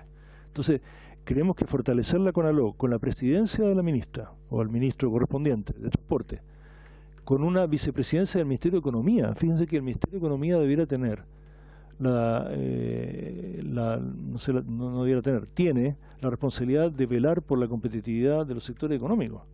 Es muy importante para el Ministerio de Economía que este sistema funcione muy bien, porque eso afecta a toda la economía, las exportaciones, las importaciones. Entonces creemos que fortalecer ese mecanismo sería una forma de aglutinar esta fragmentación que existe. No vemos mucho otra. Una cosa importante respecto del PGE, del Puerto de Gran Escala. Fíjense lo siguiente, cuando las bases de licitación del Puerto de Gran Escala fueron enviadas por la empresa portuaria de San Antonio al Tribunal de Libre Competencia, tienen que hacerlo de acuerdo a la ley para que el tribunal se pronuncie, integración horizontal, vertical, etcétera. Lo hizo, y la Fiscalía Nacional Económica, que es uno de los mandados, ¿no es cierto?, a hacer observaciones, dijo que no veía cómo se podía hacer una licitación de un puerto de gran escala sin definir previamente el modelo de negocio del ferrocarril. O sea, no el Ministerio de Transporte, no, la Fiscalía Nacional Económica está diciendo cómo alguien podría competir y hacer una propuesta en un puerto de gran escala si no sabe cómo esa carga va a ser sacada del puerto, bajo qué condiciones. Es un modelo de negocio de ferrocarril abierto, sobre una línea férrea con una tarifa definida, de acceso libre. Es el mismo concesionario del puerto el que va a tener la concesión de la faja ferroviaria para mover la carga. ¿Cuál es el modelo? No puede ser que no haya un modelo de desarrollo logístico claro y nítido antes de hacer una concesión. Entonces, creemos que en este caso la coordinación logística debería ser a nivel de planificación macro de una Comisión Nacional de Desarrollo Logístico con mucho más atribuciones. A nivel específico, cada puerto tiene que establecer las coordinaciones, en este caso con ferrocarriles, para ojalá hacer una licitación, si no conjunta, por lo menos coherente, entre un ferrocarril de carga y el puerto de gran escala, que es lo que está pidiendo la Fiscalía Nacional Económica, por otra parte, y que nosotros hemos hecho ver también en el Tribunal de Libre Competencia. Vamos a ver qué resulta de todo ello. La tasa de uso portuario, diputada, la tasa de uso portuario obedece a lo siguiente. Los puertos estatales tenían, en su momento en que elaboramos, colaboramos en elaborar la ley, unos bienes que existían, el molo de abrigo, la rada, dragada, ¿no es cierto? Y esos bienes públicos sirven a todos los concesionarios que operen dentro del terminal. No a todos los concesionarios, a todas las navieras que ingresan, en realidad. Entonces, ¿qué establece la tarifa? Dice, bueno, el puerto estatal puede cobrar una tarifa para hacerse cargo, mejorar y mantener esos bienes públicos, ¿no es cierto?, que están siendo utilizados por las navieras. Entonces puede cobrar un valor que le sirva para eso. Eso dice la ley. De hecho, dice específicamente para eso, y dice, el destino de los fondos debe ser para la mantención y la mejora de los bienes públicos que están bajo su administración. Entonces, repito, lo que la ley no dice es cómo se calcula esa tarifa. En paralelo a la ley se hizo un estudio, que es el famoso llamado estudio de INECON, Carlos Hurtado y varios académicos en su momento, que hicieron un estudio y especificaron ciertos criterios que debían ser usados. Esos criterios no se están usando, pero tampoco se reglamentó la forma en que debe ser calculada esa tarifa. Y cómo se reajusta, y en función de qué criterio, cuánto valen los activos, etcétera. ¿Ya? Por lo tanto, hoy día la tarifa de uso portuario obedece a unos factores históricos que ha sido reajustada con unos criterios que no han sido claros. Entonces nos parece que... Ahora, el Estado recauda mucho por esa vía. La pregunta que nosotros tenemos es que si la recaudación que hicieron las empresas estatales se usó para invertir en mejorar y ampliar esos bienes, o fueron retiradas por el Ministerio de Hacienda por la vía de utilidades, ¿no es cierto?, de la empresa pública. No lo sabemos, porque la contabilidad no lo expresa con claridad. Si se hubiera hecho lo segundo, no va con el espíritu de la ley de que estas platas deben ser invertidas para mejorar esos bienes. ¿Se fija? Entonces, hay un área de que no conocemos las cifras ni los datos porque no están expresados. Pero estamos hablando de cientos de millones de dólares que las empresas estatales han recibido por estas tarifas que pagan las navieras. Y la pregunta es, si tenemos un tema de cambio climático y necesitamos más abrigo, ¿qué parte de esa plata se ha usado para aumentar los molos de abrigo, por ejemplo? ¿Ya? Cero. Entre 400 y 450 millones de dólares. ¿En qué periodo? Desde que partieron cobrando en los últimos 15 años. 15 años, desde las primeras concesiones. No, en total. ¿Cuánto es anual? No, la pregunta... El punto que nosotros intentamos hacer, presidente y diputados, no es que el monto sea alto o bajo. Lo que nos gustaría es un criterio claro de definición de ese valor, punto, y que se siga ese criterio. Si resulta ser superior al actual, bienvenido y se pagará, pero dos cosas: uno, que el criterio sea claro; segundo, que lo recaudado se invierta en los bienes públicos. Porque cuando ustedes dicen poco, a lo mejor es poco, a lo mejor debería ser más. La pregunta es cuánto de eso se invirtió para mejorar esos bienes públicos que la ley estableció que era el destino de esos recursos. Pero nosotros no estamos diciendo que el valor sea alto o bajo. Lo que estamos diciendo es que debe haber un criterio claro de cálculo del valor. Y después cada uno se atiene a las consecuencias.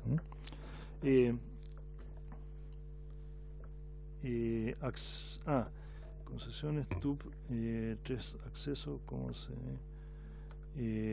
Sí, el tema de relación entre la ciudad y los puertos. Bueno, los puertos que menciona la diputada, que ustedes mencionan, obviamente tienen una tradición histórica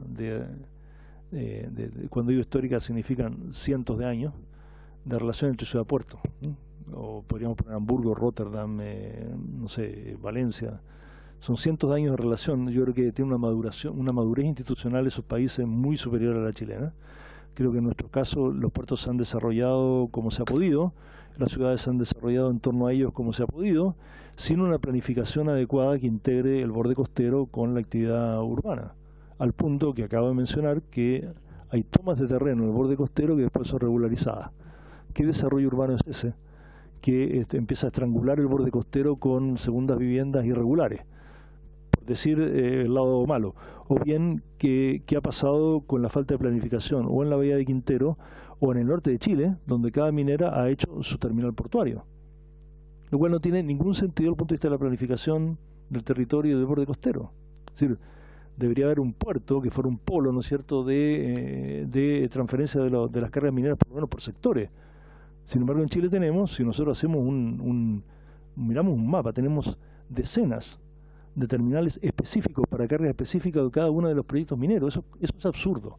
Eso se gestó en la historia de la falta de desarrollo de planificación territorial que tenemos en Chile. Si ustedes se fijan, hay planificación territorial urbana en los planos reguladores, en la municipalidad, en el Ministerio de Vivienda, pero no hay planos reguladores que ordenen el territorio a nivel global. Hay países que tienen el Ministerio de Desarrollo Territorial, Transporte y Medio Ambiente, y ese ministerio ve la movilidad del país a nivel nacional y planifica el uso del suelo a nivel territorial completo, no solo en las ciudades. Entonces, que tenemos un déficit de institucionalidad, ¿no es cierto?, y una inmadurez institucional histórica, es muy cierto. Ahora, empezamos a remar con lo que tenemos, pero no ha habido un crecimiento orgánico de la ciudad y los puertos de una forma planificada. Eso es así. Entonces hoy día enfrentamos fricciones entre las actividades urbanas y las actividades portuarias, y unas se entorpecen por decir a otras. Valparaíso tiene problemas con la accesibilidad. O sea, hoy día no, si uno quiere hacer un ferrocarril o quiere ampliar acceso, tiene que intervenir en la ciudad de una forma significativa. Entonces es un problema para el puerto. Hay otros casos donde el puerto ha tomado ha invadido, por así decir, en mayor medida la ciudad. Pero es un déficit de planificación territorial grave que no está pasando la cuenta. Por eso la ley de uso del borde costero, con una institucionalidad establecida, que pone a todos los actores en una mesa y es mandatoria sus decisiones, creemos que es un avance paliativo en esa dirección.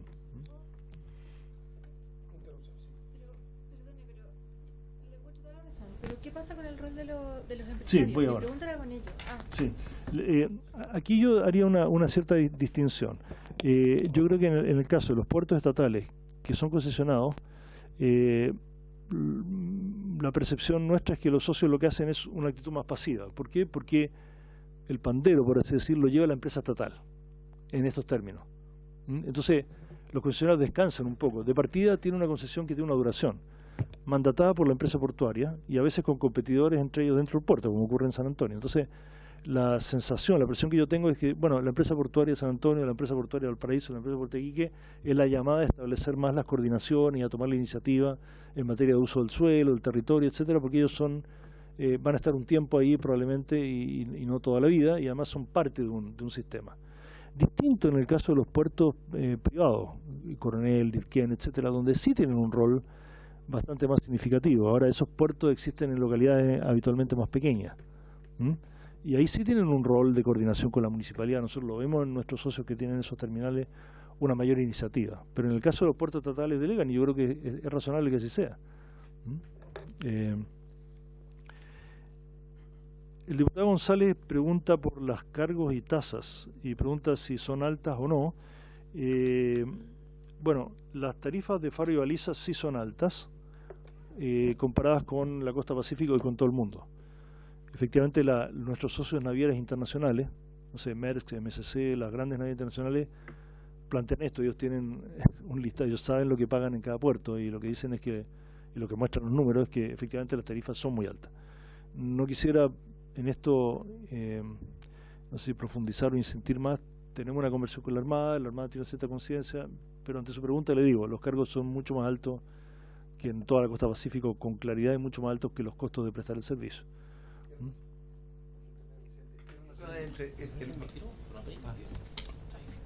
¿Qué relación hay entre el valor de esas tarifas de Faro y Baliza con el resto de las tarifas que pagan, digamos, las empresas navieras?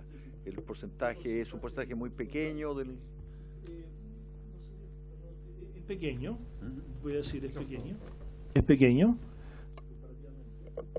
En una industria como particularmente como la naviera, que ha tenido unos márgenes de estrecho, ustedes han sabido, o sea, digo, durante los últimos 10 años, por eso se han fusionado también, han tenido unos márgenes mínimos. Cualquier sobrecosto es importante, pero es un porcentaje, no le hace estructuralmente al negocio, si usted quiere, no van a dejar de operar.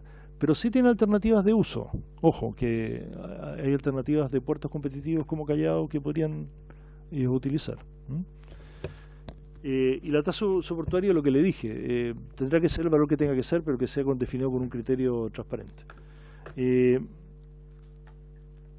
la institucionalidad menciona el diputado qué se podría hacer. Nosotros creemos que tal vez lo que podría hacerse es una superintendencia de concesiones de puertos. Es decir, que así como hay de concesiones o hay de obras sanitarias, etcétera, una superintendencia que vele por la relación entre el licitante y el que obtiene la concesión. Hoy día es una relación un poquito asimétrica también, porque el que tiene el control de la concesión al final es la empresa portuaria, ¿no es cierto? Podría ser esa una alternativa. Y lo otro es darle atribuciones mandatorias al Ministerio de Transporte y Telecomunicaciones, como mencioné, a través de la Comisión de Desarrollo Logístico, es una suerte de ministerio que sea más allá del ministerio solamente normativo, sino que sea planificador, con atribuciones de exigir al otro ministerio ciertas inversiones o ciertas decisiones. Los temas ambientales en relación con el entorno, ya creo que ya comenté, creo que hay casos de fragmentación de las bahías como Quinteros, como el norte de Chile, que obedecen a una falta de planificación global. Mencioné Quebec y Hamburgo son ejemplos increíbles a nivel mundial de buen equilibrio de esto, pero insisto, son cientos de años. Yo recuerdo cuando hicimos el proyecto Complejo Portuario de Mejillones, contratamos una firma de abogados ingleses que había hecho el primer contrato de concesión en la historia, que era un peaje sobre un puente. No recuerdo cuánto tenía la firma, pero era algo así como 400 años la firma de abogados. Entonces, claro, no tenemos mucha tradición en esta materia en Chile, lamentablemente, ¿no? Proyección de capacidad, Terminal 2. Como le dije, nosotros no podemos referirnos a temas particulares que afecten intereses de socios, etcétera, pero voy a hablar en términos lo más generales posible. Ese tipo de diseño de licitación es completamente errado. O sea, primero, antes de licitar hay que hacerlo de estudio de impacto ambiental.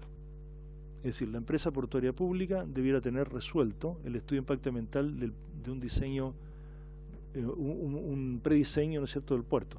Y solo licitar cuando tiene ese permiso aprobado. Porque la situación que se ha dado es la peor de todas. Un concesionario que ha explotado un terminal durante un tiempo, que ha recibido ingresos por esa operación, no ha invertido un solo peso, y el Estado no ha recibido un solo peso, y al cabo de un tiempo termina sin la obra, ¿no es cierto?, que se proyectó. ¿Y sin el concesionario? ¿Cómo? ¿Y sin el concesionario? Y sin el concesionario. O sea, queda un espacio ahí en que alguien disfrutó, no invirtió o tuvo una renta. Excelente negocio. Yo me encantaría tenerlo. Pero es un perjuicio para el Estado. Ese fue un mal diseño de licitación, creemos nosotros. ¿Cómo debería hacerse? Prefiero no, complicado un caso específico. Complicado referirse a un caso específico. Usted me pregunta si el Terminal 2 es necesario. Yo creo que sí, de hecho está en la lista, ¿no es cierto?, de yo mencioné, está el Terminal 2 y luego está San Antonio, la ampliación de Puerto Central. Si esas dos no se hacen, hay que adelantar el proyecto de gran escala, con otros costos, con otras consecuencias. Entonces, ¿el Terminal 2 necesario? Sí, es necesario. La forma tendrá que definir la empresa portuaria estatal. Solo para que tengas presente, todos los proyectos de licitación que ha hecho el Estado los ha hecho de esa manera. Puede ser errado, pero en todos los proyectos de licitación los estudios de impacto ambiental los ha hecho el futuro concesionario. O sea, una vez que se la adjudica, el concesionario es el que se hace cargo del estudio. Mal o bien, pero en la mayoría de los casos ha funcionado, aquí no funcionó. Sí, una mención a eso es que bueno, ha cambiado un poco el contexto para la realización del estudio de impacto ambiental. ¿Ah? ¿Por qué? Porque se han incorporado los factores sociales que antes no existían, que no sé si tiene que ser motivo del estudio de impacto ambiental o no, pero que hoy día son en realidad parte, que son los impactos sociales. Bueno, no, hay una conflictividad también. Entonces, pero claro, ha cambiado el escenario. O sea, no es lo mismo hoy día un estudio de impacto ambiental con los temas sociales, creo yo. Hubo una exigencia de la UNESCO de un estudio de impacto patrimonial, incluso en el caso de Valparaíso. ¿Ah? Claro. Y eso originalmente no está en la ley ambiental que yo sepa. Aló. El diputado Celis, para ser más rápido, digamos porque queda poco tiempo, entiendo, habla de los eventuales y los indefinidos. Bueno, la verdad son tareas un poco distintas también. Pues yo no lo mencioné, pero la actividad que hace un trabajador a contrato indefinido permanente muchas veces es distinta que la que hace un trabajador eventual de un muellaje a la nave. No son, si su pregunta es dos actividades exactamente iguales pero en condición distinta, no es exactamente así, porque los indefinidos hacen algún tipo de labor que es diferente. Mira, por ejemplo, a veces grueros, a veces, es decir, las diferentes actividades que hay en un puerto. En un puerto hay actividades diferenciadas, son decenas de actividades diferenciadas. Presidente, claro, porque cuando usted habló de trabajador eventual que está llamado permanentemente a hacer turno en circunstancias que debe cumplir labores específicas y transitorias de carga y descarga. Entonces, ahí es la duda mía, ¿cuál es la diferencia en el sistema de turnos con un trabajador con contrato indefinido?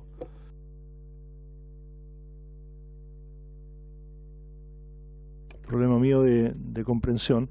Si miramos la tabla que está acá, esos son 433 trabajadores de 11.000, no, de 10.900, de 11.000, ¿ya?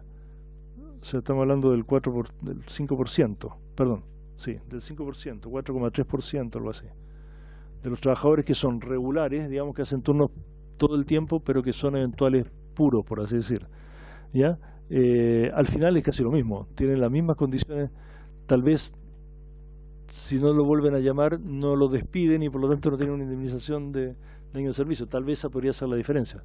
Es un valor muy pequeño y muchas veces, recordemos lo que mencioné, es que muchos trabajadores no quieren ser contratados, sino que quieren mantener ese nivel de eventualidad, lo que le da una cierta flexibilidad. No es una decisión solo de la empresa portuaria, de muellaje, no puede obligar al trabajador a ser contratado si quiere ser eventual, como ocurre en la octava región. Una gran concentración de estos son en la octava región, o sea, en la buena macrozona sur, que yo mencioné, que justamente son trabajadores que no desearían ser trabajadores permanentes, sino que tienen el interés de ser trabajadores eventuales.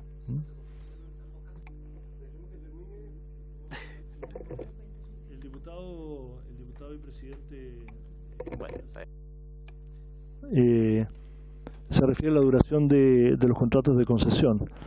Esto es evidentemente, como usted plantea, presidente, es una discusión súper abierta, porque ¿cuánto deberían durar los contratos? ¿Cuánto es el nivel de inversión? ¿Qué flexibilidad hay?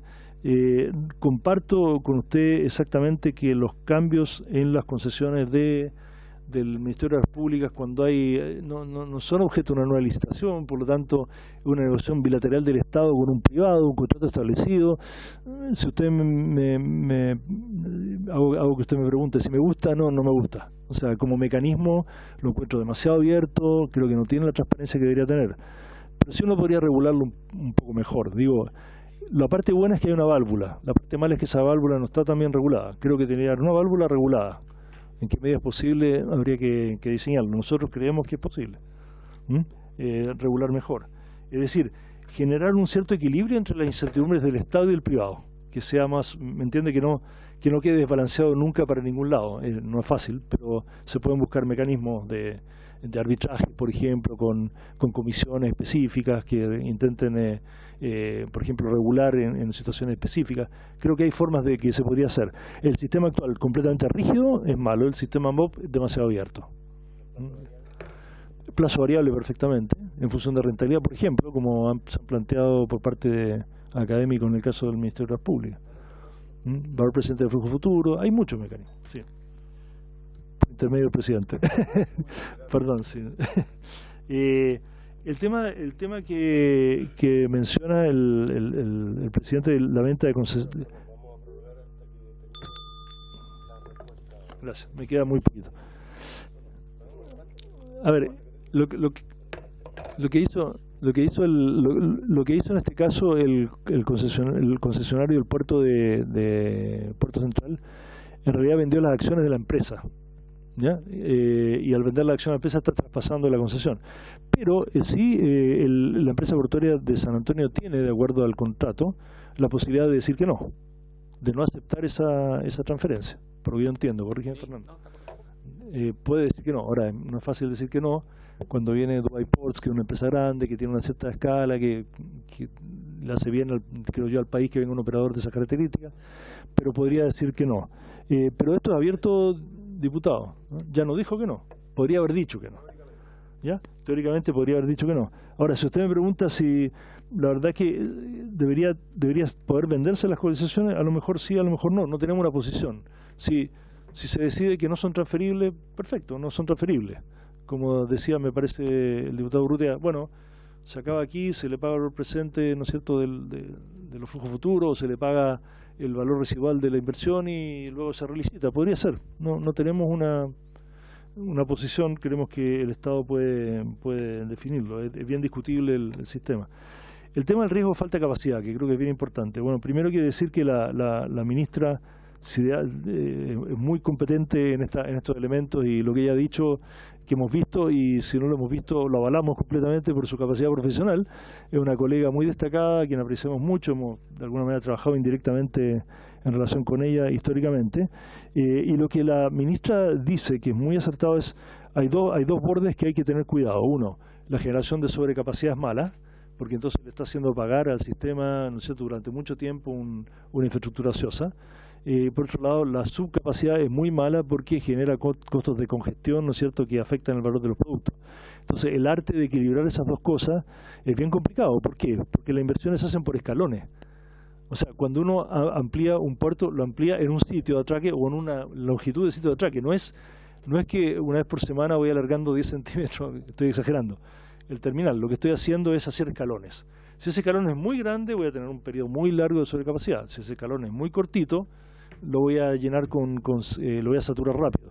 Entonces, ese arte es el que se define en el calendario referencial de inversiones del que hace el Ministerio de Transporte cada tanto con el sistema de empresas públicas. Y ese equilibrio hay que perseguirlo. Ahora, desde el punto de vista de nuestros socios, para hacer claridad de que nosotros no es que estemos planteando de que no haya que haber inversiones, no, el Estado es libre y autónomo de definir cuándo hace la inversión, los concesionarios postularán o no postularán, no hay ningún problema con eso. Lo que sí quiero decir que en nuestros socios, incluso en esto, hay intereses contrapuestos.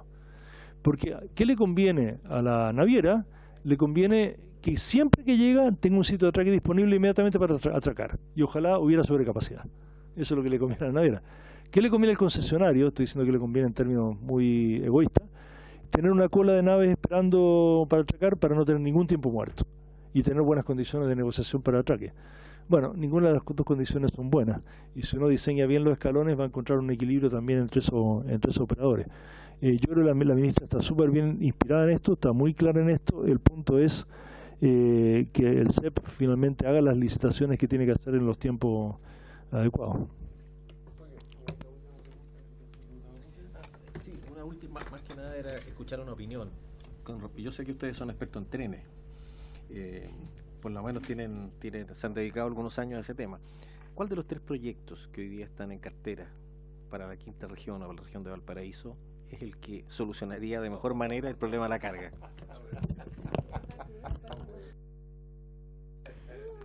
se puede reír aquí. ¿Podemos volver en un par de años con esa respuesta o tiene que ser al tiro? A ver, nosotros creemos, diputado por intermedio del presidente, de que aquí hay una confusión. Los trenes de pasajeros y los trenes de carga son cosas distintas. Lo único que tienen en común es que hay una vía y unas ruedas de metal, pero nada más. Los trenes de pasajeros de alta velocidad necesitan riel soldado, durmiente de hormigón, poca pendiente, pendiente razonable, no necesariamente muy baja. Necesitan gálibos relativamente pequeños para los túneles. Radios de curvatura amplios. El tren de carga no necesita alta velocidad, necesita gálibos más altos para hacer doble stacking de contenedores. No necesita riel soldado, no necesita durmiente de hormigón, tiene otras velocidades, son estándares diferentes. Ahora, que hay países europeos sobre todo que utilizan la vía para las dos cosas, bueno, ellos hacen un tren de pasajeros, el tren de alta velocidad, o el AVE, el TGV o el que sea. Y en las ventanas que se produce meten carga, para aprovechar, ¿no es cierto?, eso. Pero también tienen líneas exclusivas de carga, que tienen otro estándar. Entonces, cuando uno habla de tren rápido, yo no sé de qué está hablando. Me imagino que está hablando de un tren de pasajeros de alta velocidad. ¿Ya? Que se financia con la carga. Entonces, nuestro criterio es el siguiente. Si tiene que haber un tren de pasajeros entre Santiago y Valparaíso, porque no creo que un tren de pasajeros entre Santiago y San Antonio sea razonable por las demandas, si tiene que haber un tren de pasajeros entre Santiago y Valparaíso, habrá que hacer una evaluación social. Si la evaluación social dice que es rentable socialmente, habrá que subsidiar por parte del Estado la diferencia entre la rentabilidad privada y la social. ¿Ya? Por otro lado, tren de carga se necesita hoy para San Antonio y más aún con el puerto de gran escala. Por lo tanto, es un proyecto independiente desde nuestro punto de vista y que además tiene estándares distintos y que se financia a través de los pagos que hace la carga. Por lo tanto, usted me pregunta a mí, ¿qué proyecto es mejor? Tren de pasajeros, no sé. No tenemos la información, no es nuestro rol tampoco. Tren de carga, sí, ahora entre Santiago y San Antonio, de todas maneras, con una flexibilidad para un ramal a Valparaíso para cuando las condiciones de carga lo ameriten.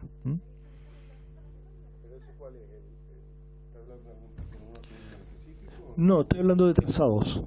Sí.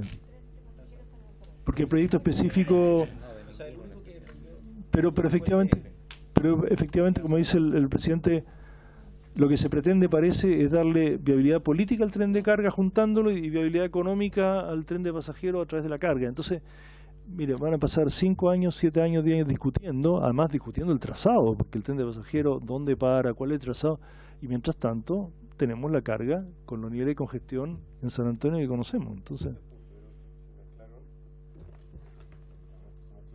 cosas, porque si uno mira el trazado del primer proyecto, la verdad que socialmente, ¿no? Ese que viene desde, no sé, desde como departamental, que para en Casablanca, que para en Placilla, que llega al Paraíso, que tiene una bala San Antonio, desde el punto de vista social, es una maravilla. Pero el otro proyecto es un proyecto que no pasa por Casablanca, no pasa. Entonces, claro, yo también pensaba lo mismo, ¿cómo metes velocidad y velocidad y carga en el mismo tren? Cuando en realidad la carga es el 70% y el resto, el 30% es pasajero. No parece... ¿Ve que le interesó el tema, presidente? No, pero eso dije que preguntara. Pero el problema, el trayecto, el diseño que está haciendo EFE no está detenido, ¿eh? No, sigue corriendo. Sí.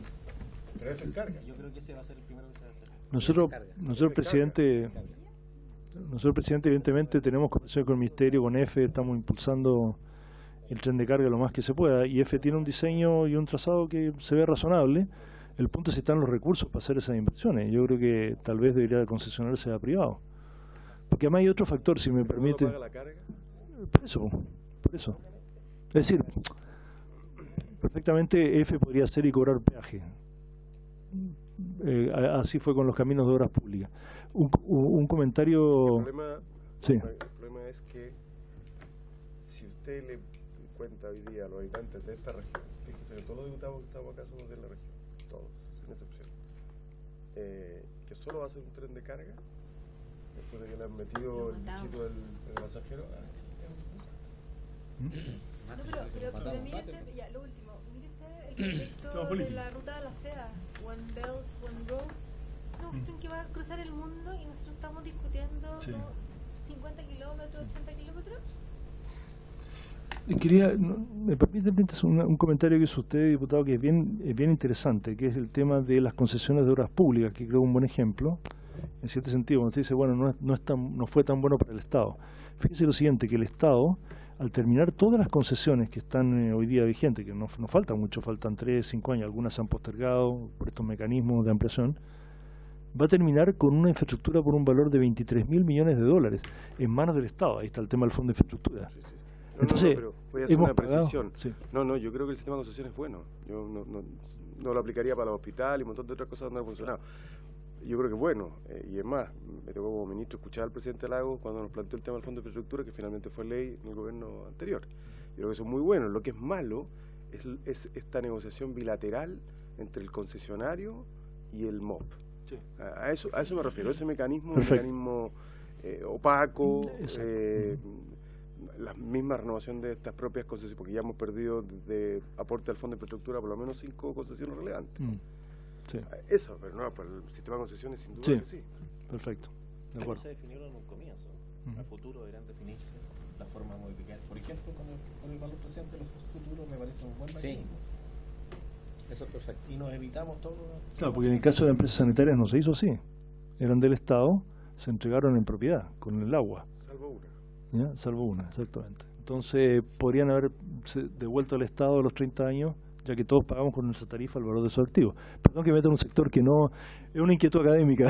Es lo mismo que digo yo respecto de la venta de las concesiones portuarias, porque yo creo que al Estado le hubiese convenido mucho más pagarle a Puerto Central lo que tocaba pagarle y volver a licitar. No sé. Bueno, pero caja hay. Bueno, muchísimas gracias a ambos. Muchísimas gracias. Gracias a ustedes. Se levanta la acción por haberse cumplido el objeto de la misma, y muchas gracias de nuevo por la exposición y por la presentación.